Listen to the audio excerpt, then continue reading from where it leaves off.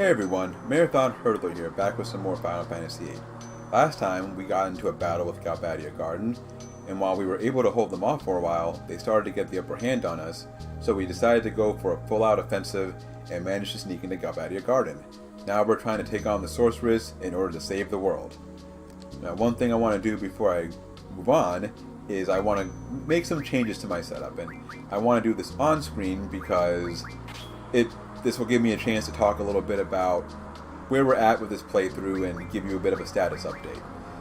So, obviously the goal of this Let's Play, just to remind you and for those of you who might be joining this Let's Play halfway through, the goal of this playthrough is to get max stats for all of our characters, all 6 of them, just by junctioning spells to their stats and by using character abilities, with no stat up items, nothing along those lines, and trying to do this in the most efficient way possible, and without doing any devouring or anything along those lines. So this isn't a quote-unquote true max stats run, in the sense that I'm not going to have all my characters with max stats without junctions, but this is kind of the quote-unquote easy way to do it, at least in my mind. So that's kind of the goal of this Let's Play, and up to this point, I haven't been showing off a lot in terms of what abilities that my GFs are learning, and as you can see, most of my GFs are learning useless abilities at this point, and I haven't really been paying too much attention to a lot of that stuff. At the same time, I haven't been paying a ton of attention to what spells I'm drawing, with a few exceptions. And as you can see here, most of my characters have, a pretty limited spell set, and most of these spells are spells that I talked about grabbing on screen, I showed these off on screen. So as you can see, I basically have just some basic spells here, some of which I've refined, but nothing too fancy, basically. Although Selfie's up to 45 Ultimas. Now, the reason for this is that while it's possible to do a lot of draw grinding at this point in the game, now that we have the Tomberry GF, I just don't find it to be super efficient. And not only that, I don't think that it is particularly beneficial. So, in general, I don't think it's worth putting time and effort into. Now, later in the game, we will have the ability to get all the spells that we will ever need, and do so in a pretty efficient fashion. And so, when we get to that point, then I'll start making more detailed references to, hey, you can pick up these spells from this guy, or now is a good time to get this spell, or now is a good time to get whatever.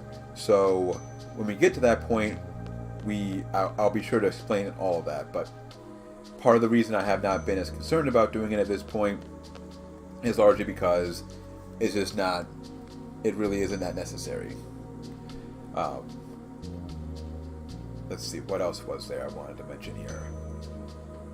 The other thing is, in terms of GF abilities, at this point, you do want to have Mug.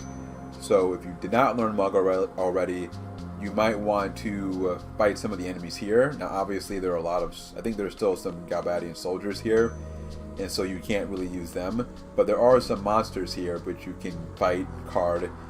Now this is not the most efficient time to do that, but if you have not done so already, then now you need to do that now, because we're going to be able to get an item here in a minute, or we're going to want to we're going to want to mug an enemy here in a minute, and I wanted to go left there, I didn't want to go right. That's my mistake.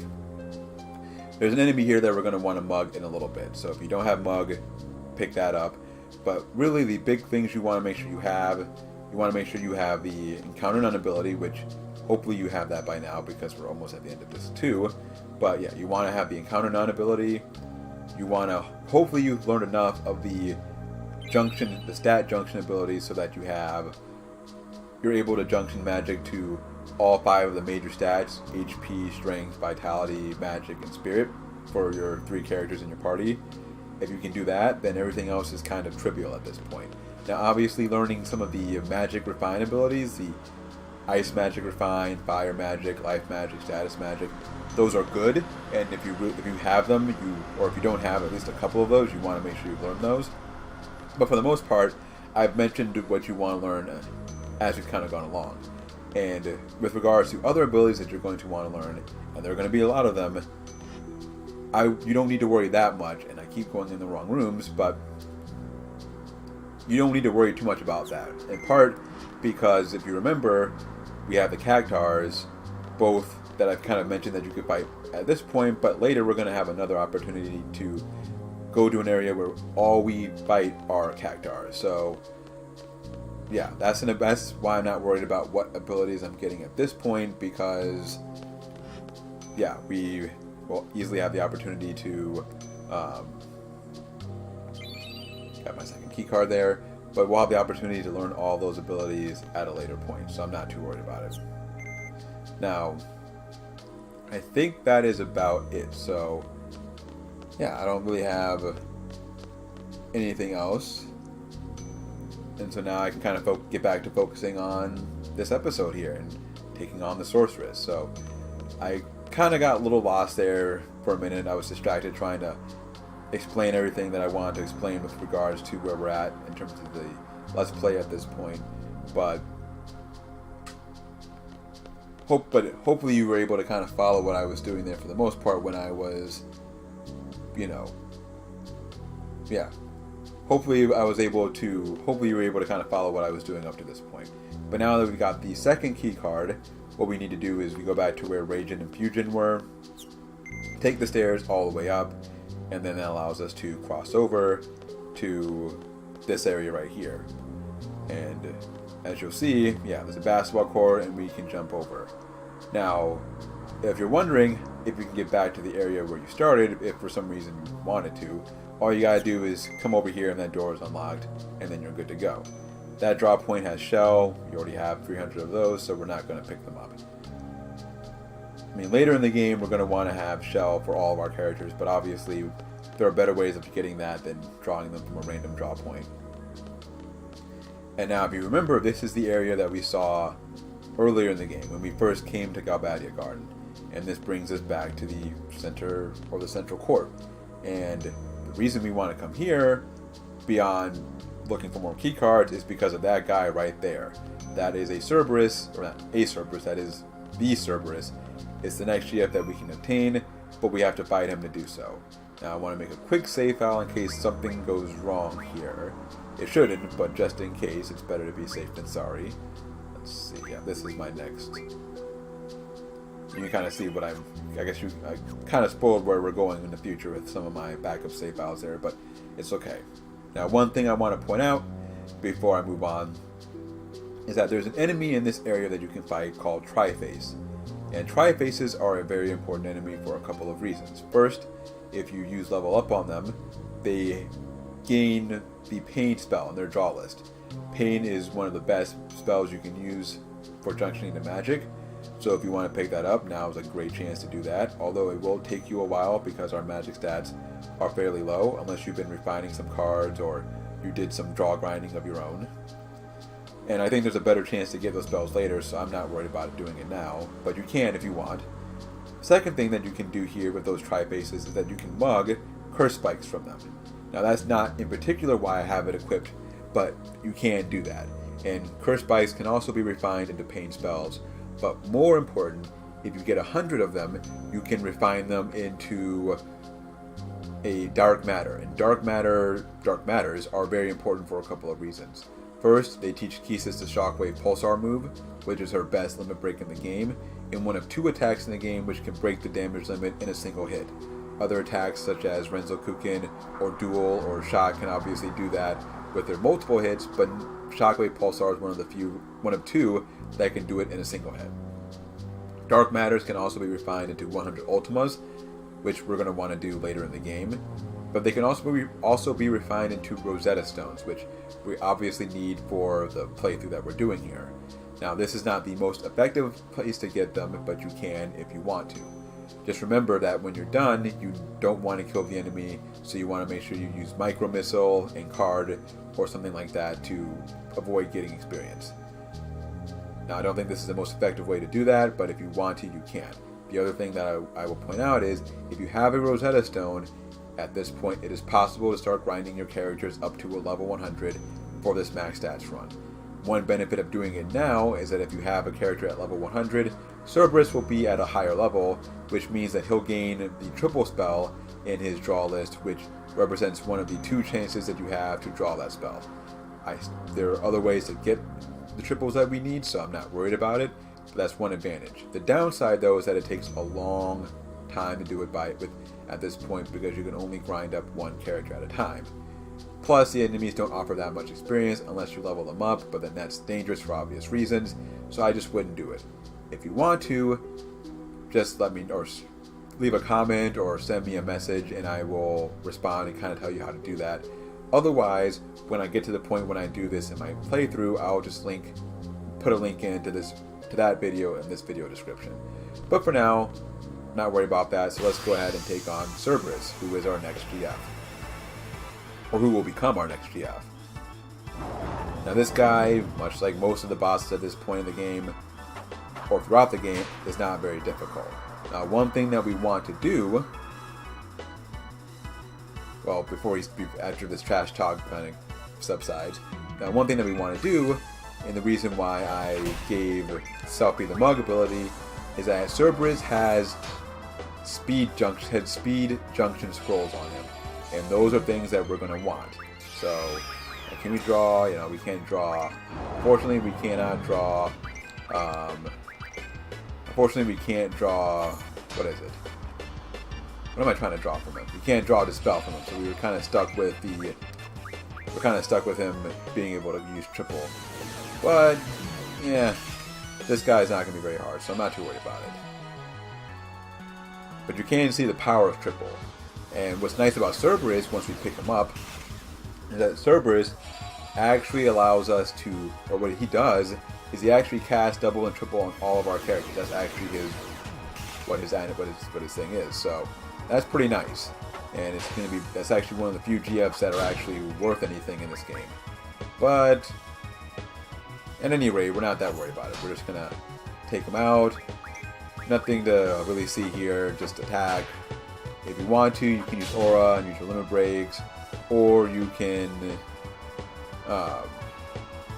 you can use Aura, or you can have one of your characters at a low level and use limit breaks that way. But it's not really necessary.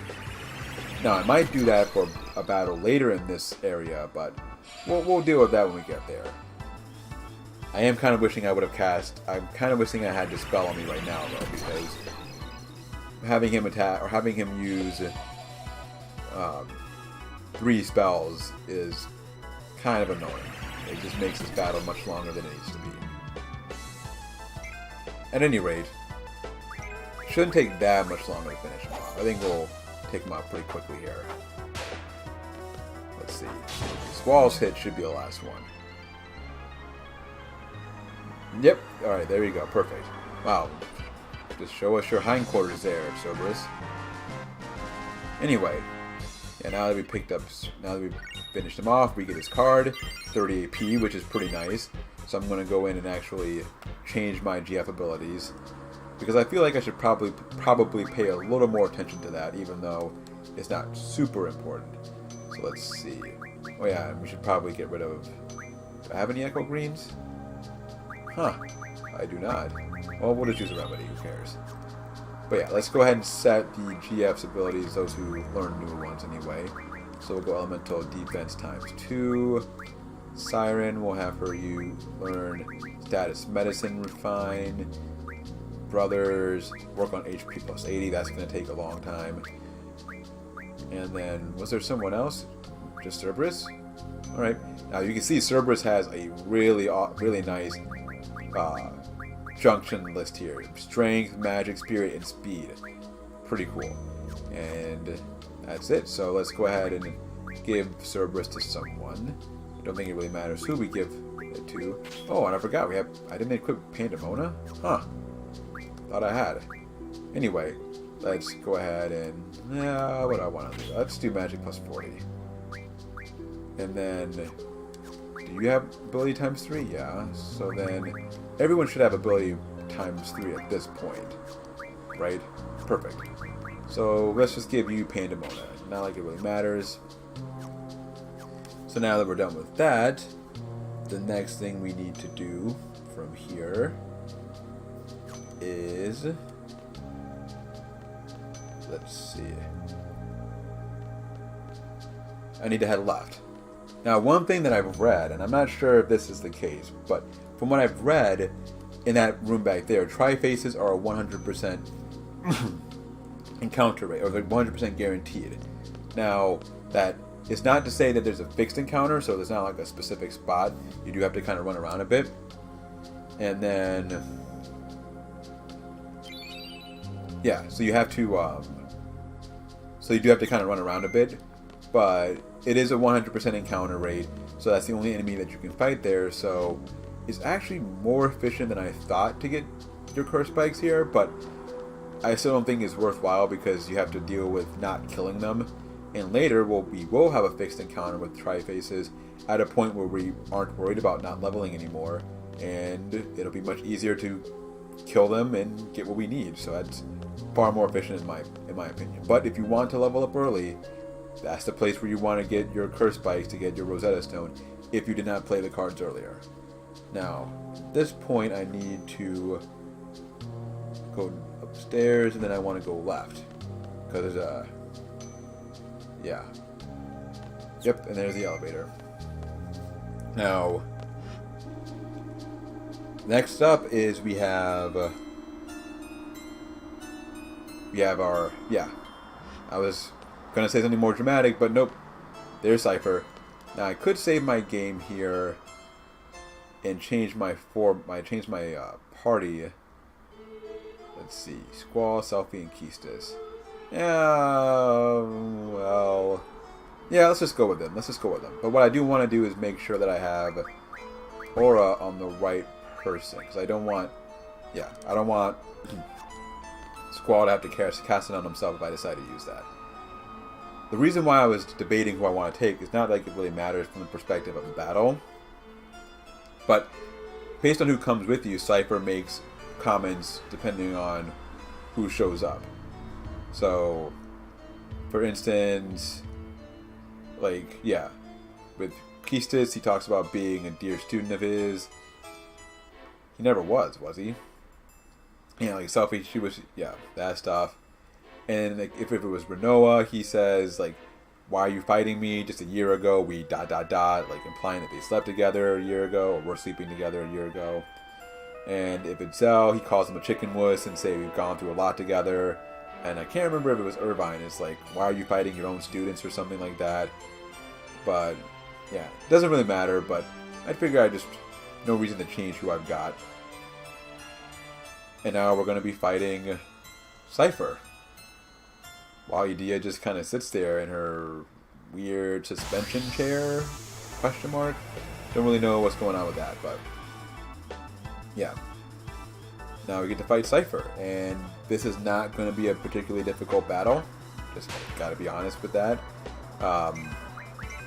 Now he has a couple spells which are that might be useful to you. So he has haste if you did not pick that up, but we already have auto haste, so not worried about that. And yeah, he also has this spell, which is not a terrible spell for your spirit, but we also have a better spell for our spirit already. So it's just not, yeah, there's just no point, basically. So we got a lot of weird dialogue, or we got a lot of random dialogue, and Cypher has a new attack, and I think so this is kind of one of those cases where I think the dialogue is like programmed based on his health, so like once he gets below a certain health threshold, that's when he starts using or starts saying some of the stuff he's saying. So that's kind of why you have like the back-to-back. Exactly, he's already dead. That's why you have the back-to-back comments from him about stuff. So yeah, nonetheless, really easy.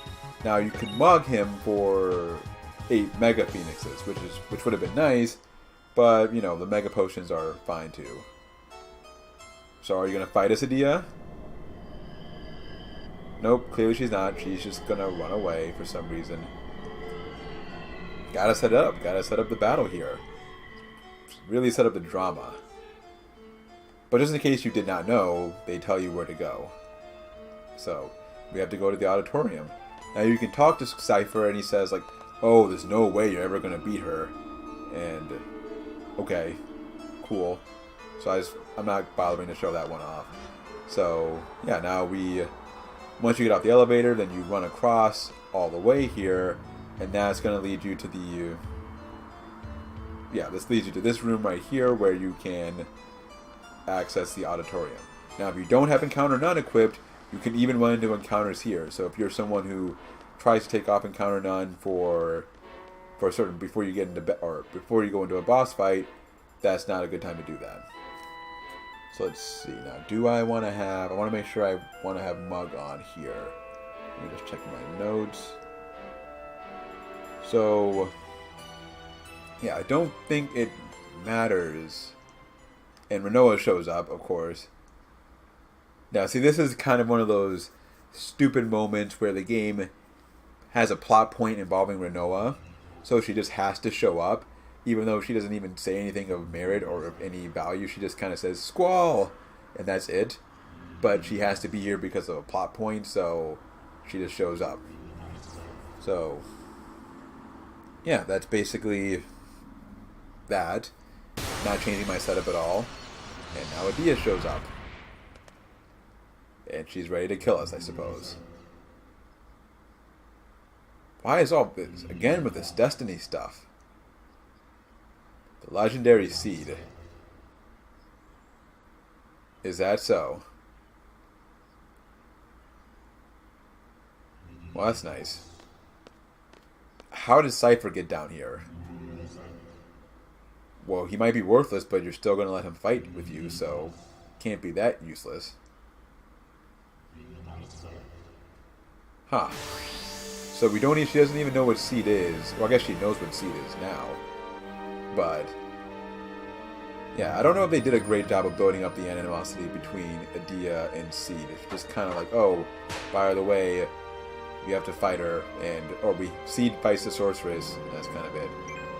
I mean, for a villain, she really wasn't that present, right? I mean, we've seen her a couple of times, but it's not as if we're actually, like, I don't know, we just don't see her do that much, besides threatening to burn some stuff down. I don't know. Anyway, before you can take on Edea, you have to knock out Cypher. He's pretty weak at this point, even weaker than he was before. And as you can see, he's done. Yeah, you were already disgraced, buddy. Now, what we want to do before we do anything else, you want to draw the Alexander summon from him, or from her. Now, this Maelstrom attack is going to hurt. But it does, and I can't remember if it's 2/3 or 3/4. We'll see how the numbers look here in a second. Oh, it's half. Oh. I think Maelstrom shows up in another game later, and it's far more dangerous than that. But basically what Maelstrom does is it takes half your HP, your current HP, not your total HP, as you can kind of see from Squall's health total there. But it also inflicts the curse status on you. And I think I mentioned this in an earlier episode. What the curse status does is it prevents you from using your limit breaks. Now, you can get rid of it using Aura. I know that much. I'm not sure if you can get rid of it using Asuna, but it doesn't really matter because Edea is not that much stronger than Cypher. As you can see, we took her out. And this is why, for me, I don't find it useful to